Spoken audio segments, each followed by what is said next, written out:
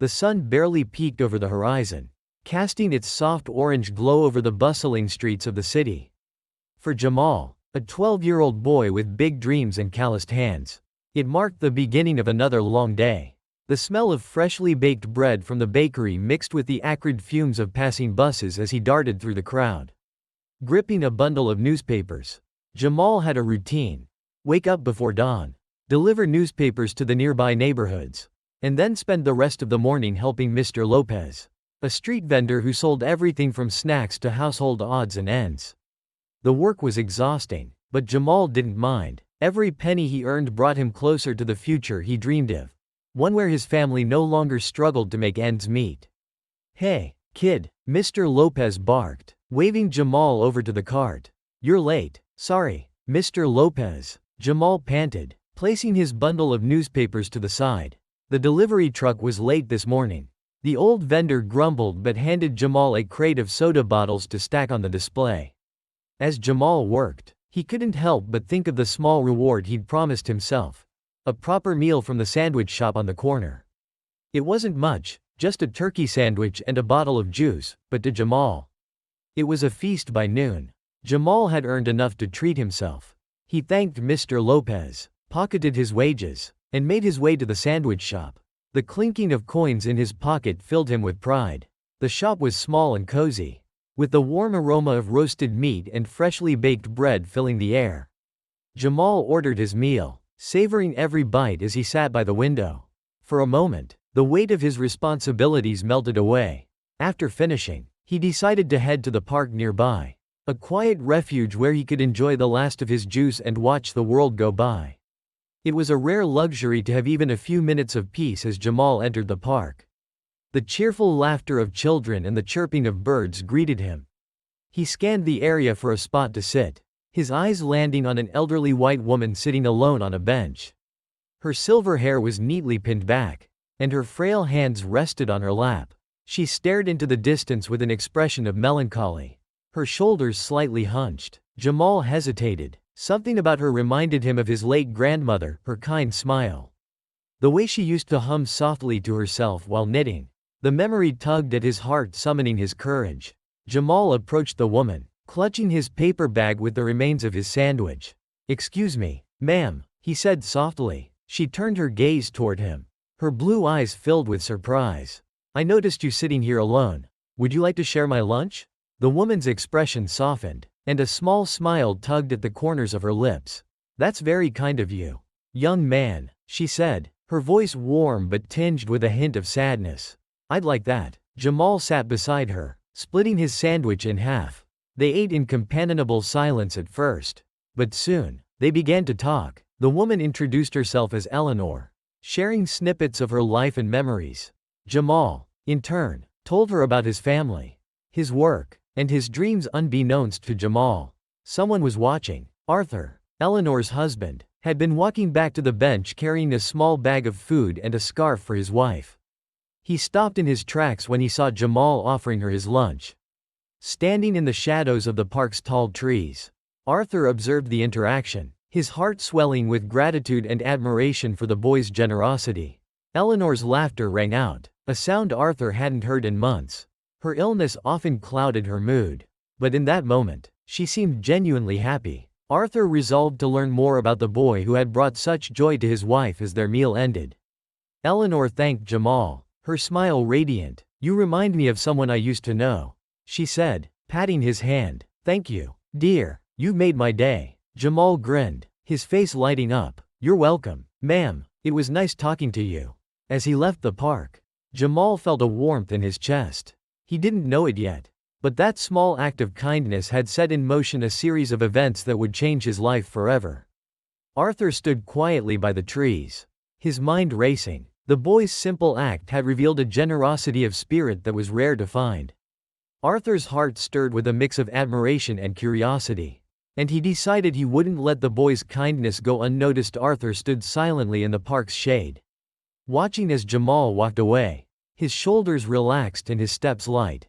The boy had no idea someone had been observing him, but Arthur felt as if he'd glimpsed something extraordinary, a rare kindness in a world that too often rewarded self-interest. Arthur sighed, clutching the scarf he'd brought for Eleanor. His wife's illness had taken a toll on them both. Alzheimer's had stolen pieces of her memory, her sharp wit, and sometimes even her recognition of him. But in the moments she smiled, like she had with that boy. Arthur saw the woman he'd loved for over 40 years. Who was that boy? Arthur asked as he approached the bench. Oh, just a kind young man, Eleanor replied, still smiling. He shared his lunch with me. Can you imagine? A boy like that, giving up what little he has. Arthur nodded thoughtfully, his mind already racing with questions. Who was this boy? Where did he come from? What kind of life did he lead that allowed him to give so selflessly? The walk back to his neighborhood was a stark contrast to the peace of the park. The streets were filled with potholes, the buildings faded and crumbling. Jamal passed a group of older boys loitering on the corner, their loud voices and harsh laughter making him uneasy. He tightened his grip on the few coins in his pocket and hurried home. Jamal's house was more of a shack, with peeling paint and a roof patched with tarps. Inside, his younger siblings were crowded around the table, finishing what little food their mother had managed to prepare. His mother, a tired woman with kind eyes and worn hands, smiled as he entered. Jamal, you're back, she said, wiping her hands on her apron. Did you eat? Yes, Mama, Jamal lied. He had eaten, but he couldn't tell her he had shared his meal. She would worry about him, and she had enough to worry about already. He handed her the coins he'd earned that day. For groceries, he said. His mother's smile faltered. You should save some for yourself.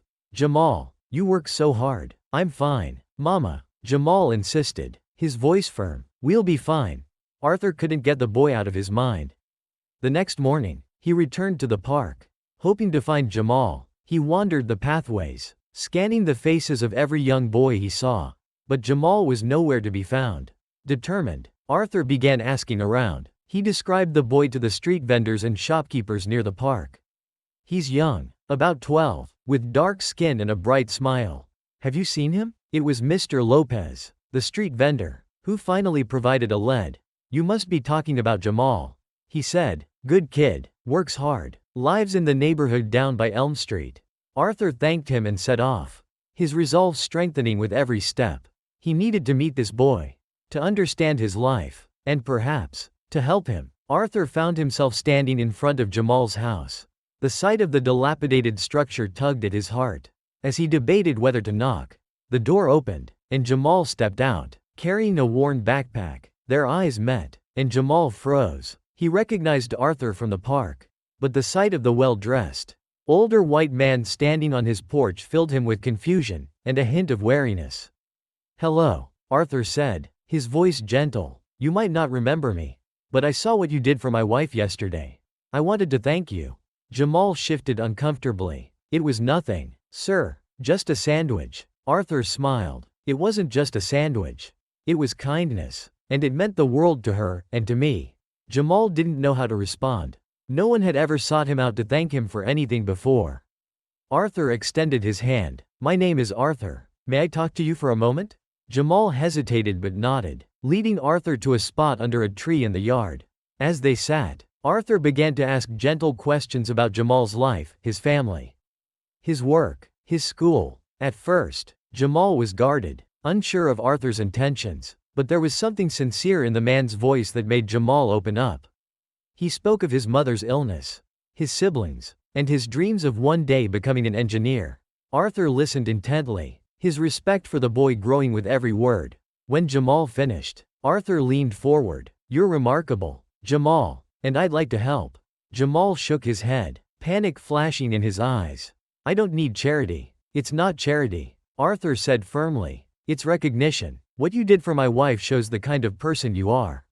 And I believe you deserve a chance to achieve your dreams, despite his initial resistance. Jamal couldn't help but feel a spark of hope at Arthur's words. He wanted to trust him, but years of struggling had taught him to be cautious. Arthur handed him a business card. If you ever need anything, school supplies, groceries, even just someone to talk to, call me. No strings attached. Jamal took the card, turning it over in his hand. Thank you, he said quietly. As Arthur walked away, Jamal watched him go, his emotions a swirl of gratitude and doubt. For the first time in a long while, he allowed himself to wonder, Could things really change? The following days felt like any other for Jamal. Filled with the rhythm of work, school, and family responsibilities, he tucked Arthur's business card into the back pocket of his only pair of decent jeans. Unsure if he'd ever use it, life had taught him to rely on himself, and the idea of someone offering help still felt foreign. At school, Jamal struggled to keep up. His part-time jobs left him too tired to focus on assignments. His teachers, aware of his circumstances, were sympathetic but stern. Jamal, his math teacher, said after class one day, "I know you're trying, but you have so much potential. You just need to prioritize your studies." Jamal nodded, guilt twisting in his stomach. He wanted to succeed, but the weight of his family's struggles made it hard to focus on anything else back at home.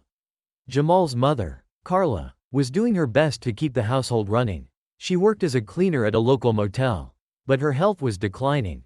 The long hours on her feet aggravated her arthritis, and the stress of managing 3 children on a meager income left her constantly fatigued. "Jamal, can you check on the roof before it rains again?"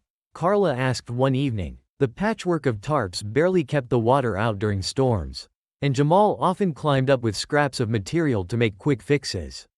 "Sure, Mama," Jamal replied. He grabbed his tools and climbed up, the setting sun casting long shadows over their dilapidated home.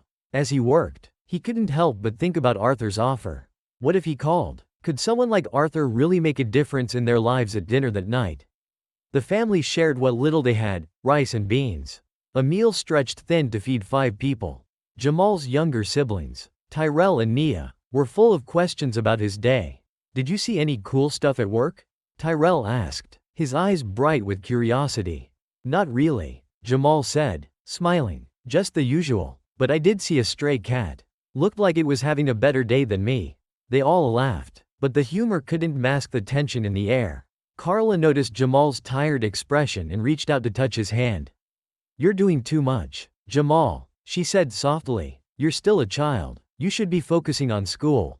Jamal shook his head. "We need the money, Mama. I can handle it." The next morning, Jamal ran into Mr. Thomas, their elderly neighbor. On his way to school, Mr. Thomas leaned on a cane, his frail frame a testament to years of hard labor. "How's your mama, Jamal?" Mr. Thomas asked. "She's hanging in there," Jamal replied. "How about you?" Mr. Thomas chuckled bitterly. "Still waiting for that Social Security check that never comes on time. But hey, we do what we can, right?" The conversation lingered in Jamal's mind.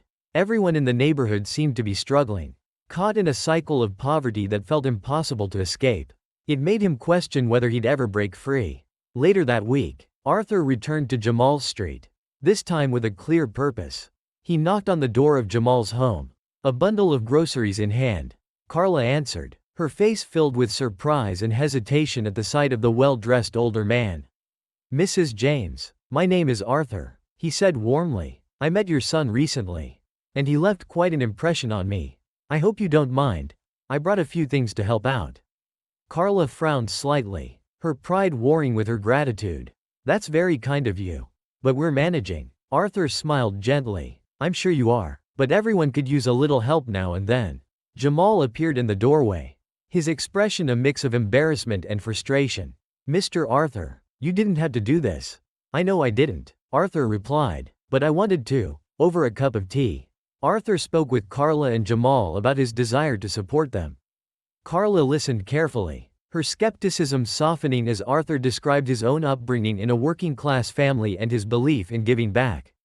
"I'm not offering charity," Arthur emphasized. "I see potential in Jamal, and I'd like to help him reach it."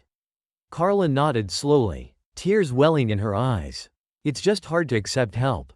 You know, we've been on our own for so long." "I understand," Arthur said gently, "but sometimes, a little help can make all the difference." That evening, Jamal sat outside, staring at the crumpled business card Arthur had given him. He wanted to believe in Arthur's sincerity, but part of him was afraid. What if it was too good to be true? What if Arthur's help came with strings attached? Carla joined him, sitting quietly for a moment before speaking. "You don't have to decide anything tonight," she said, "but sometimes, Jamal, the hardest thing to do is to trust that someone truly wants to help." Jamal nodded, tucking the card back into his pocket. "I'll think about it, Mama." The next morning, Jamal made a decision. On his way to work, he stopped at a payphone and dialed the number on Arthur's card. "Hello, Mr. Arthur? It's Jamal." Arthur's voice was warm and encouraging. "Jamal, I'm so glad you called. What can I do for you?" Jamal hesitated, then took a deep breath. I think I'm ready to talk about your offer." Arthur's voice softened. "Take your time, Jamal. Let's meet and figure this out together." As Jamal hung up, he felt a mixture of fear and hope.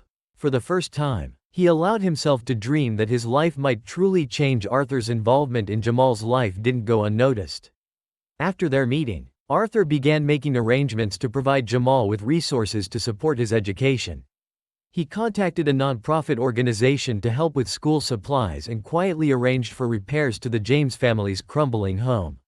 Word of Arthur's generosity spread through the neighborhood, sparking a mix of gratitude and suspicion.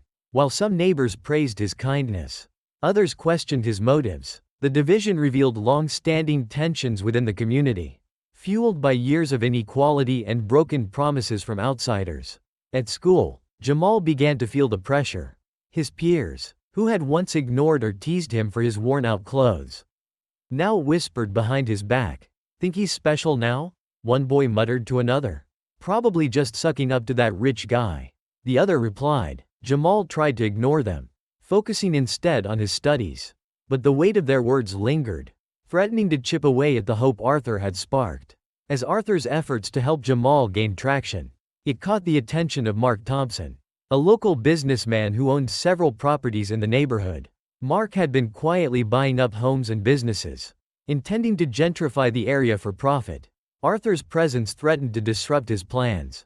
Mark saw Arthur's actions as meddling. To him, helping families like the Jameses only prolonged the neighborhood's decline. He believed in tearing it all down and building something new, regardless of who got displaced in the process.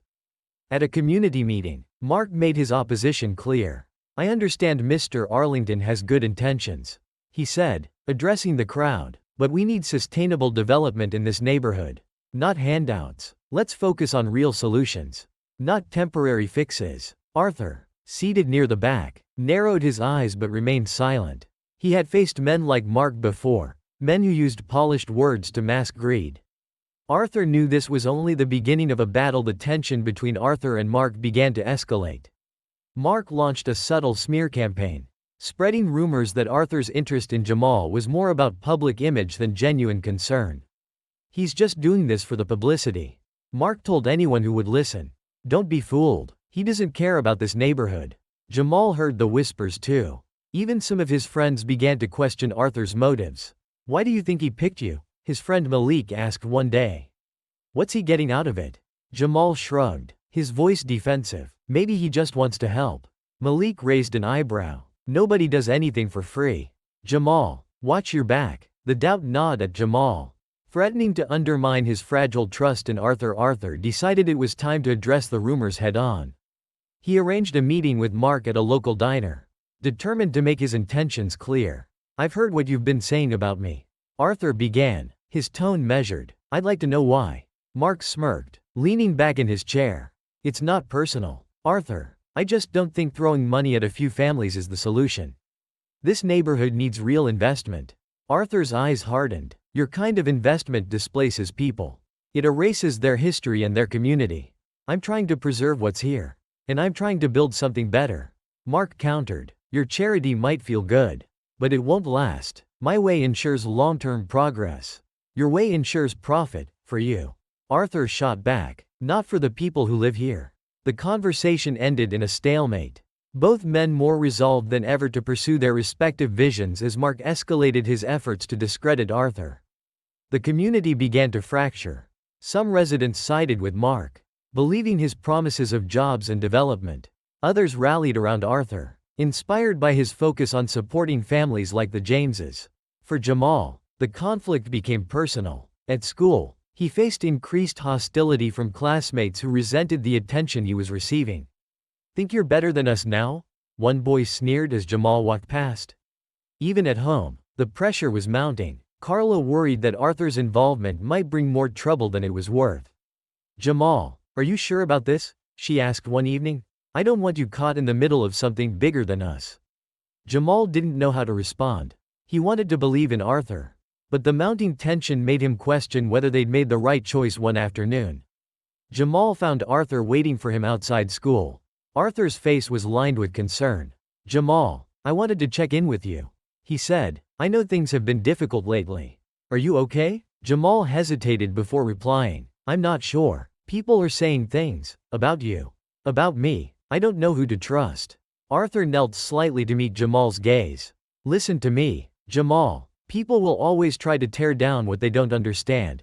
But you're not doing this for them. You're doing this for your family. For your future." Jamal nodded, his resolve hardening. "Okay, I'll keep going." Arthur smiled, relieved. "Good, we're in this together." Determined to derail Arthur's efforts, Mark filed a legal complaint, accusing Arthur of interfering with local businesses and disrupting community planning.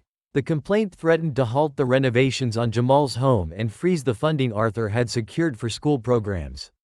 The legal battle cast a shadow over everything. Jamal and his family watched helplessly as their dreams of stability hung in the balance. As the court case loomed, the neighborhood became a battleground. Protests erupted, with residents taking sides. Some carried signs supporting Arthur and his vision for empowering families. Others rallied behind Mark, swayed by promises of economic revitalization.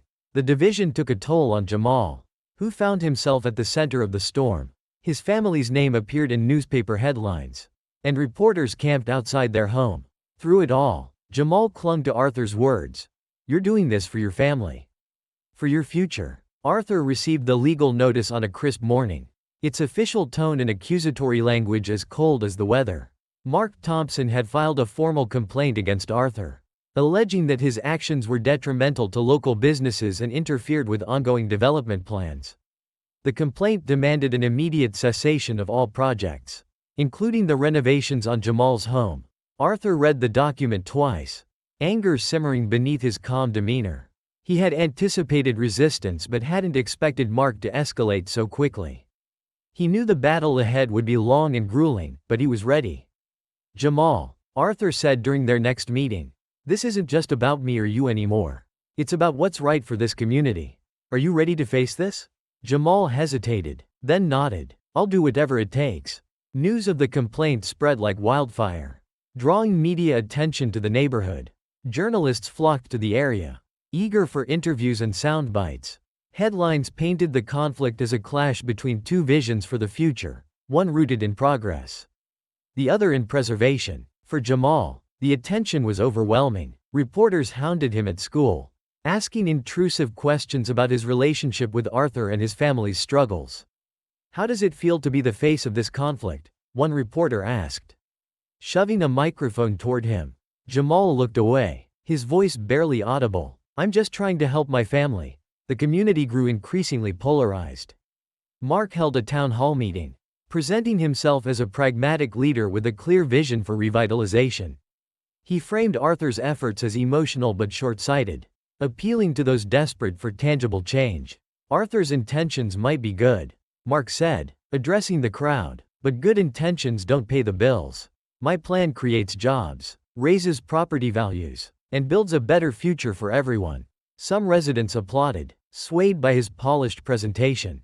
Others remained loyal to Arthur, inspired by his genuine compassion and commitment to preserving the community's identity. Jamal's family found themselves caught in the middle. Carla avoided the debates, focusing on keeping her children safe and fed. But even she couldn't ignore the mounting tension. "Jamal," she said one evening, "promise me you'll be careful. This fight is bigger than us." Arthur hired a seasoned attorney, Linda Carter, known for her fierce advocacy in social justice cases. Linda was a no-nonsense woman with a sharp mind and a reputation for dismantling opponents in court. During their first strategy meeting, Linda laid out the stakes. Mark's case hinges on two things: public perception and legal technicalities. He's banking on the idea that the court will prioritize economic development over community preservation. "We need to prove that your actions are lawful and that they serve the public good." Arthur nodded. "What about Jamal's family? Will they be dragged into this?" "They're already in it," Linda replied, "but we'll do everything we can to protect them." When the case went to court, Jamal was called as a witness.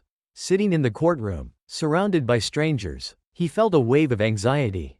But as he glanced at Arthur and his mother in the audience, he found the courage to speak. "I'm just a kid trying to help my family," Jamal said, his voice steady. When Mr. Arthur offered to help, it wasn't about money or publicity.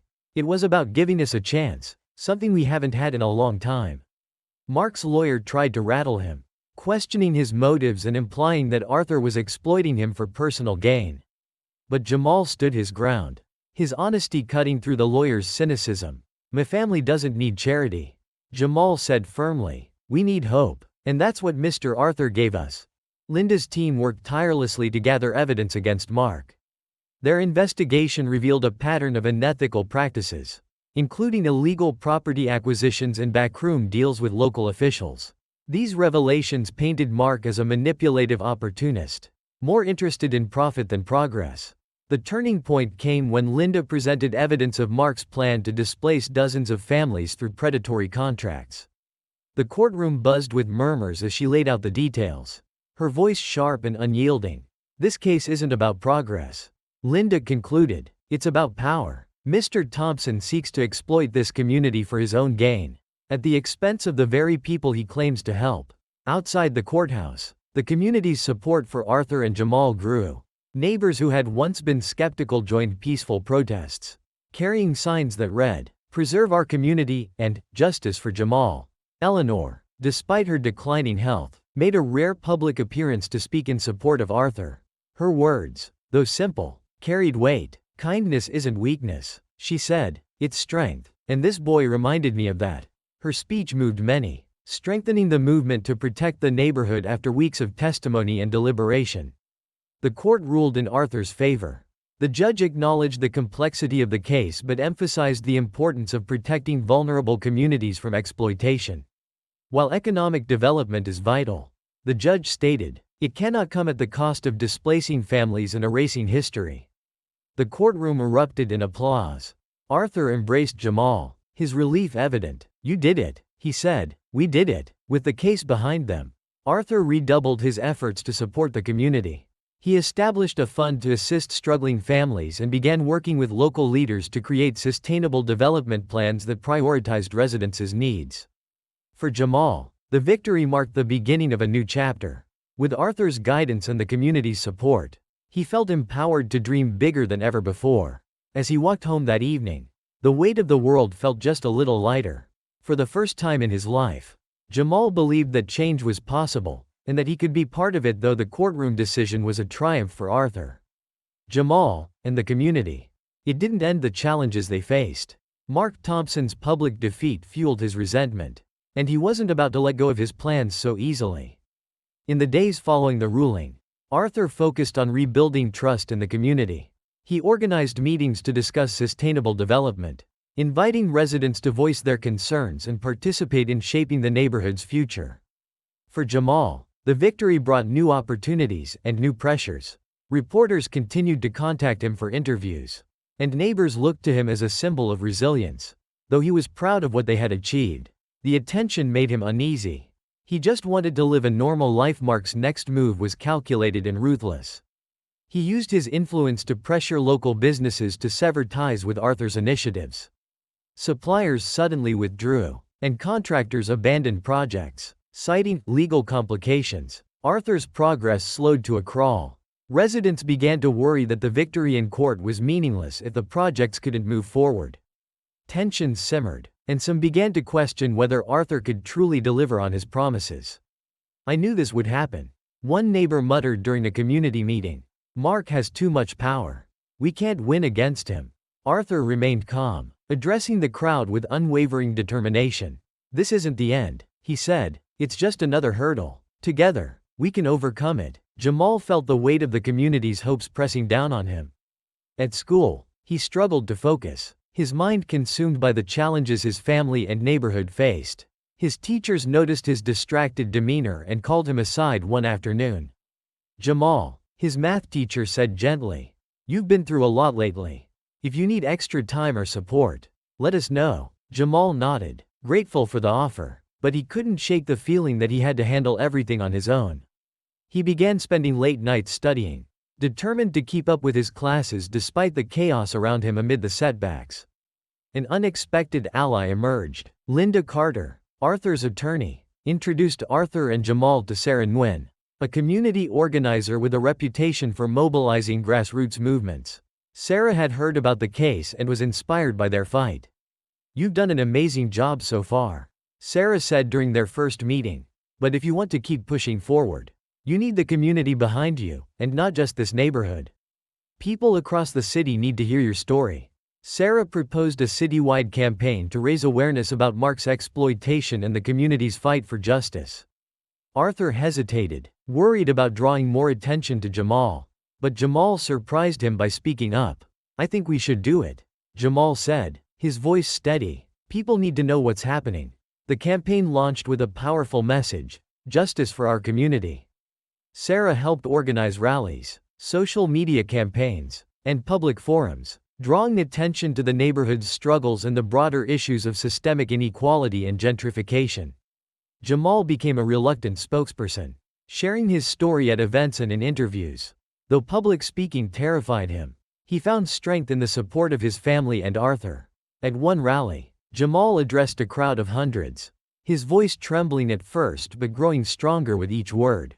"We deserve more than survival," he said, his words met with cheers. "We deserve a future." As the campaign gained momentum, Linda continued her investigation into Mark's dealings. She uncovered a damning piece of evidence. Mark had falsified property records to evict families, a practice that violated both state and federal laws. Linda shared the evidence with Arthur and Sarah, and they decided to take it public. The revelation shocked the city, turning public opinion firmly against Mark. Media outlets ran exposés, and local officials launched an investigation into his practices. For the first time, Mark found himself on the defensive. His carefully constructed image began to crumble, and his business partners distanced themselves from him, desperate to regain control.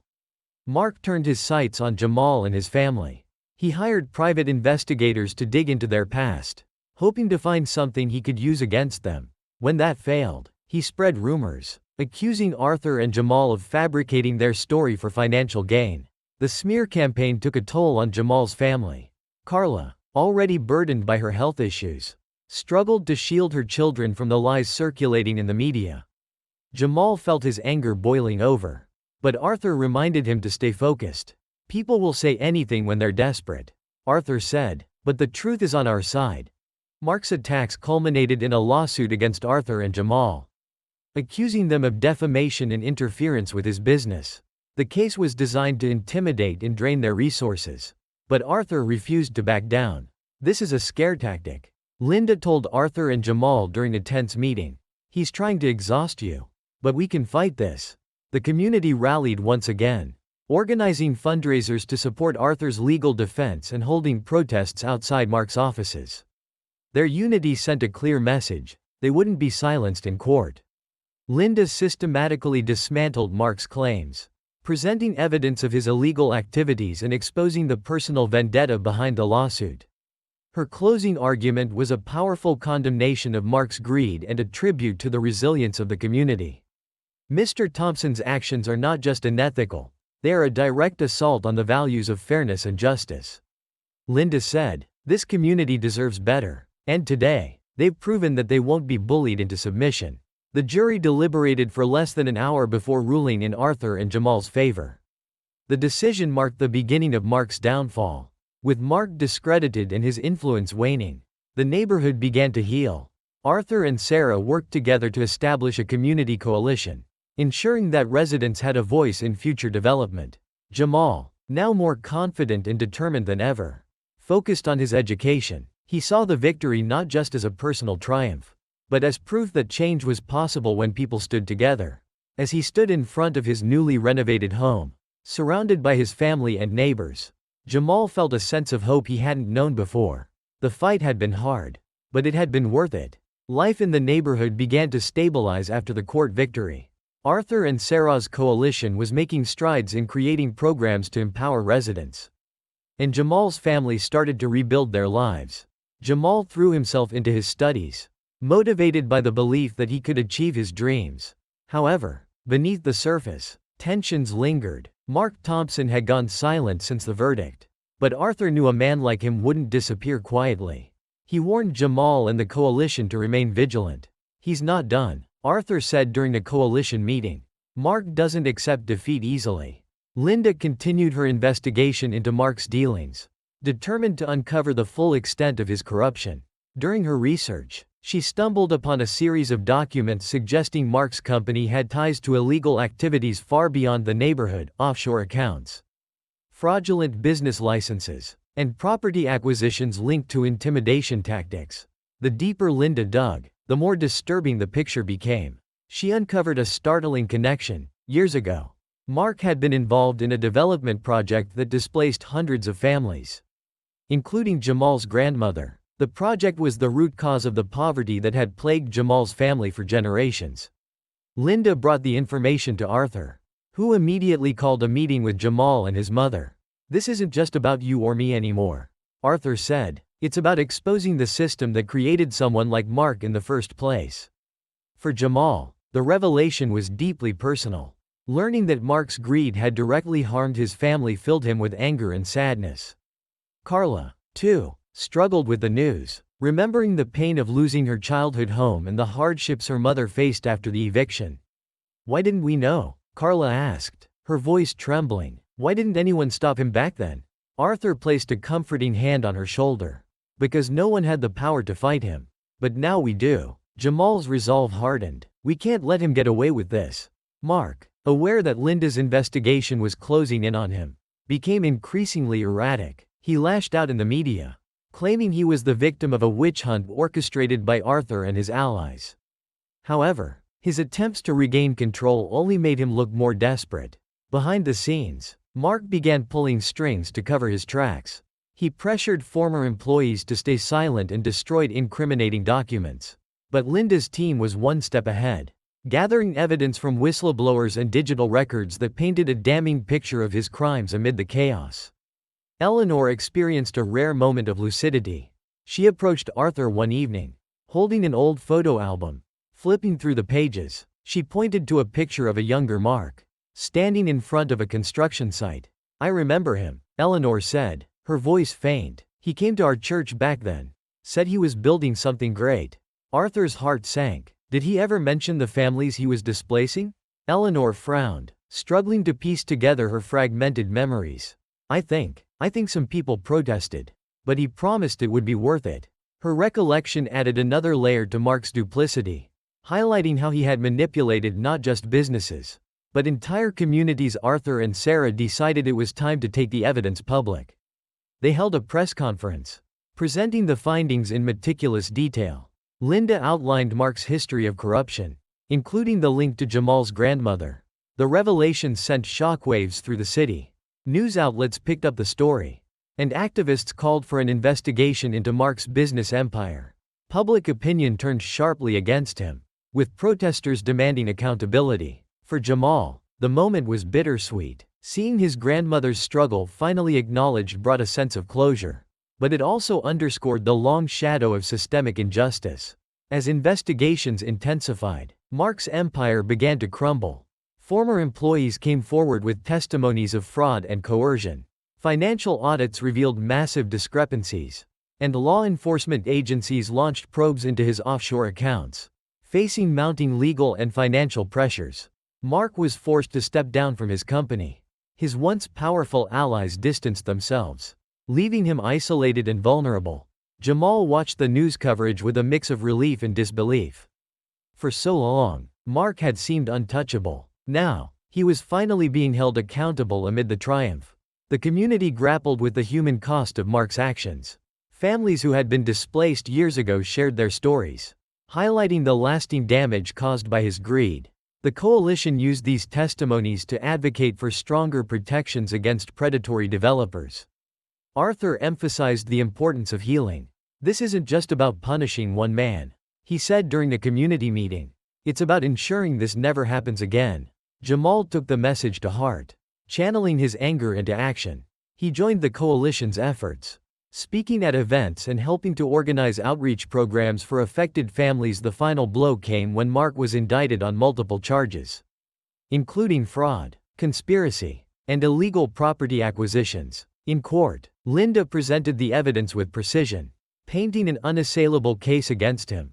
Jamal and his family attended the trial, their presence a symbol of resilience.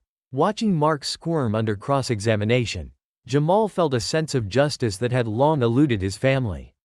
When the verdict was announced, guilty on all counts, the courtroom erupted in cheers. For Jamal, it marked the end of a long fight and the beginning of a new chapter with Mark's downfall. The neighborhood began to rebuild. Arthur and Sarah's coalition secured funding for affordable housing and community programs, ensuring residents had the resources they needed to thrive. Jamal continued to excel in school, inspired by the support and opportunities he had received.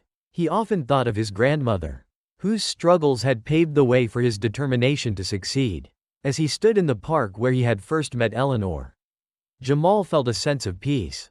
The journey had been difficult, but it had shown him the power of kindness, perseverance, and community. The neighborhood began to buzz with activity, not from the noise of Mark's disruptive developments, but from the sound of rebuilding. Volunteers, inspired by the coalition's victory, came together to renovate homes, repaint buildings, and plant gardens in abandoned lots. Children laughed as they played in freshly cleaned parks, and local businesses reopened with renewed hope. Arthur oversaw these efforts with quiet pride, his vision of a self-sustaining community finally taking shape. Jamal often joined him, lending a hand with construction and community events. "This is what it's all about," Arthur said one day as he and Jamal painted the walls of a community center. "Not just surviving, but thriving." Jamal smiled, feeling a deep sense of belonging.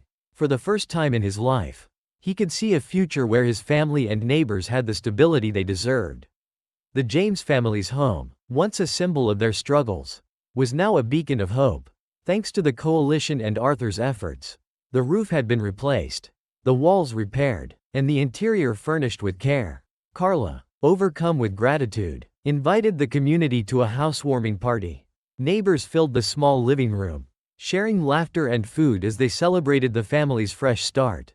"You've given us so much more than a house," Carla told Arthur during the gathering. "You've given us a home." Arthur shook his head. "You've always had a home, Carla. We just helped you rebuild it." Jamal thrived in this new chapter of his life, with his family no longer burdened by constant financial and housing insecurity. He could focus on school. He excelled in math and science, earning the admiration of his teachers and peers. One day, his teacher pulled him aside after class. "Jamal, have you thought about applying for scholarships? You have a real talent for engineering."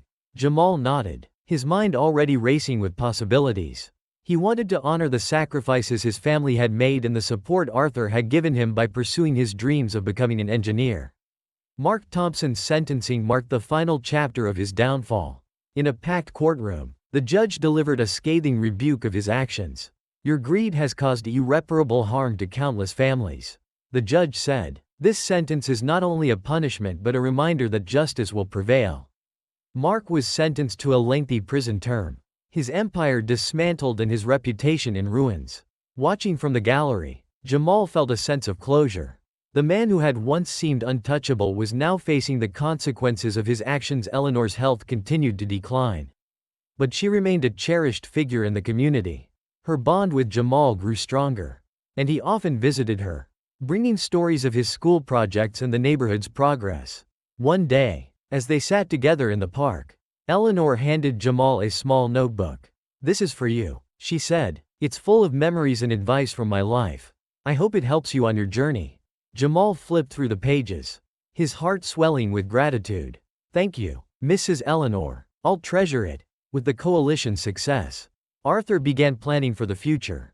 He wanted to replicate their model in other struggling neighborhoods, spreading the message that communities could take control of their destiny.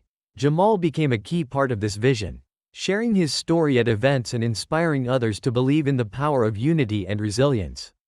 "Jamal," Arthur said during one such event, "you're proof that change is possible. Never underestimate the impact of your voice." One evening, Jamal sat with his family at the dinner table, reflecting on how far they had come. His younger siblings talked excitedly about their plans for the future. Tyrell wanted to be a chef, and Nia dreamed of becoming a teacher. Carla smiled, her eyes shining with pride. "You've given them hope, Jamal, and that's the greatest gift anyone could ask for." Jamal felt a deep sense of purpose. He knew his journey wasn't over, but he was ready to face whatever challenges lay ahead. The community honored Arthur and Jamal with a mural in the park, depicting their journey and the strength of the neighborhood. The mural became a gathering place, a reminder of what they had overcome and the brighter future they were building. Standing before the mural, Jamal felt a sense of pride and responsibility. "This isn't just about me," he said, "it's about all of us." Arthur placed a hand on his shoulder. "And it's just the beginning." The story of Jamal, Arthur, and the community spread beyond their city, inspiring others to fight for justice and stand up to exploitation. For Jamal, the journey had been transformative, shaping him into a leader and a symbol of resilience. As he prepared to leave for college, Jamal reflected on everything he had learned. The struggles, the victories, and the people who had supported him had all led to this moment. "Thank you," he said to Arthur during their final meeting before his departure. "For everything." Arthur smiled, his voice filled with pride. "You don't need to thank me, Jamal. You did this. Now go show the world what you can do." The day Jamal left for college was bittersweet. His family and neighbors gathered to send him off, their pride evident in their smiles and tearful goodbyes. Carla hugged him tightly, whispering, "You've made us all so proud. Jamal, don't ever forget where you come from." Jamal nodded, his voice thick with emotion. "I won't, Mama, I promise." As the bus pulled away, Jamal gazed out the window, watching the familiar streets fade into the distance. His heart was heavy with nostalgia but light with hope. He was ready to embrace the opportunities ahead. College was a new world, full of challenges and opportunities. Jamal faced moments of doubt as he navigated rigorous coursework, made new friends, and adjusted to life away from his family. But his resilience and determination, forged in the struggles of his past, propelled him forward. One of his professors, Dr. Harris, recognized his potential early on. "Jamal, your ideas are innovative," she said after one of his presentations. "You have the ability to make a real impact in this field." Jamal took her words to heart, pouring his energy into his studies and dreaming of ways to use his education to help others. During his first holiday break, Jamal returned to his neighborhood to find it thriving. The programs Arthur and the coalition had implemented were making a tangible difference. New businesses had opened, and the once crumbling homes now stood strong and vibrant. Jamal visited the mural in the park, tracing his fingers over the painted images of himself and Arthur. A group of children played nearby, their laughter a testament to the hope and stability the community had achieved. "This is what we fought for," Arthur said, joining Jamal by the mural. "And it's just the beginning." Jamal smiled. "I want to give back, Mr. Arthur, to this neighborhood and others like it." "You already are," Arthur replied, "but I have no doubt you'll do even more." As Jamal excelled in his studies, his story continued to inspire others. He was invited to speak at conferences and community events, sharing his journey and advocating for systemic change. His voice became a beacon for those fighting similar battles, encouraging them to believe in their power to create change. Through his advocacy, Jamal connected with organizations working to combat housing inequality and systemic poverty. He partnered with them to develop initiatives that combined engineering solutions with community empowerment. Shortly after Jamal graduated, Eleanor passed away peacefully, surrounded by loved ones. Her funeral was a somber yet uplifting celebration of her life, attended by people whose lives she had touched, including Jamal. As he spoke at the service, Jamal held up the notebook Eleanor had given him. "Mrs. Eleanor taught me that even the smallest acts of kindness can ripple outward and change lives. She was my friend, my mentor, and a reminder of the goodness in this world." Her memory became a guiding light for Jamal, influencing his work and the way he approached life. With his degree in hand, Jamal returned to his neighborhood, not as a struggling boy but as a leader with a vision. He partnered with Arthur to establish a foundation that combined education, affordable housing, and community-driven development. The foundation's first project was in their own neighborhood, a state-of-the-art community center that offered tutoring, job training, and space for local businesses to grow. At the ribbon-cutting ceremony, Jamal spoke to the crowd with conviction. "This center isn't just a building," he said, "it's a promise that we can create a future where no one is left behind." Arthur, now retired, watched with pride as Jamal stepped into his role as a leader.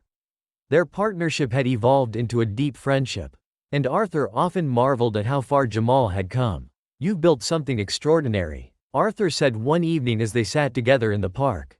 "And you've become the man I always knew you could be." Jamal shook his head, smiling. "I wouldn't be here without you, Mr. Arthur. You believed in me when I didn't even believe in myself." Jamal's work extended far beyond his neighborhood. He traveled to other cities, sharing his model of community-driven development and advocating for policies that addressed systemic inequality. His foundation grew, impacting thousands of lives. Through it all, Jamal remained grounded, always returning to the park where his journey began. He often sat by the mural, reflecting on the struggles and triumphs that had shaped him years later.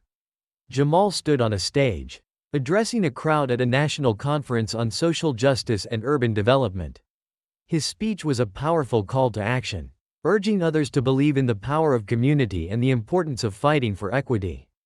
As he spoke, he felt the presence of everyone who had supported him, his family, Arthur, Eleanor, and the neighbors who had stood by him during the toughest times. "We all have the power to make a difference," Jamal said, his voice ringing with conviction. "Together, we can create a world where every child, every family, and every community has the chance to thrive." The crowd erupted in applause, and Jamal stepped back, feeling the weight of his journey lift. He had come full circle, but his work was far from over. The future was bright, and Jamal was ready to continue building it.